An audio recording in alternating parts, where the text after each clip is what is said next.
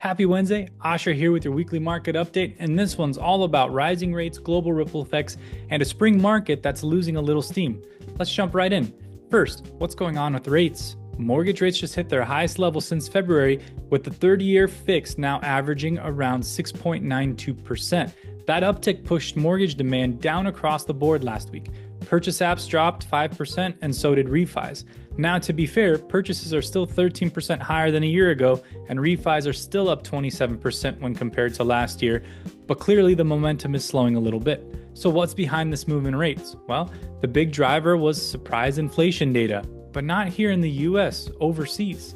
The UK came in with a hotter than expected inflation report, and that sent their bond yields surging. Japan's bond market is also under pressure, partly due to weak auctions and a flood of debt coming to market. Well, why does that matter? Because our markets are all connected. When global yields rise, US bonds yields will often follow, and that's exactly what we saw. This morning, the 10-year Treasury broke above 4.5% and landed around about 4.54%. Mortgage-backed securities dropped about 30 basis points so far today. We've seen this 4.5% level act as a ceiling before, but if it breaks above that convincingly, it could be heading towards 4.59, and that would probably drag rates even higher. Now, what's the Fed thinking? A few Fed speakers chimed in this week. St. Louis Fed President Alberto Mussolem said he expects the labor market to soften, but doesn't think the Fed should act just yet. He's still more worried about inflation. Another member, Raphael Bostic, said we might be on the edge of a new wave of price increases, but not everyone agrees. One of Trump's top economic advisors, Stephen Moore, says he doesn't think tariffs will add much inflation at all, pointing out that we've been dealing with them since the start of this administration without major inflation spikes. Bottom line, the Fed's cautious, inflation's still their top priority, and that means they're not in a hurry to cut rates. Let's shift to housing. Spring is supposed to be the busiest season, but it's not living up to the hype.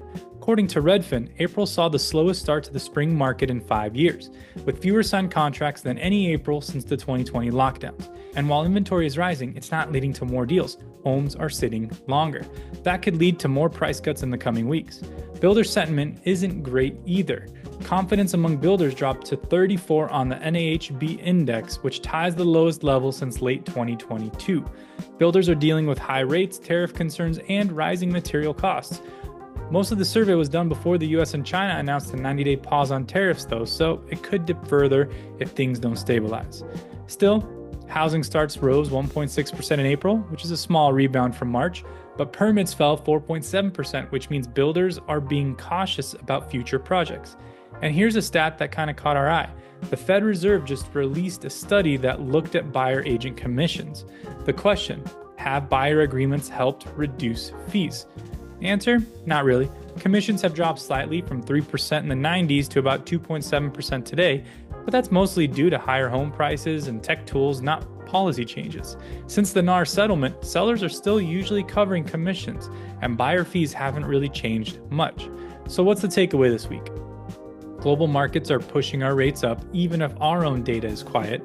Buyer and refi demand is softening, but not collapsing. Spring market is dragging, homes are piling up, contracts are slowing, builders are nervous, and permits show caution ahead. The Fed's staying put for now, but inflation's keeping them on edge. If you've got buyers or sellers sitting on the fence, now's the time to talk strategy. Whether it's locking an interest rate, planning around price cuts, or navigating the inventory shift, I'm always here to help. That's all I got for you today. I'll see you next week.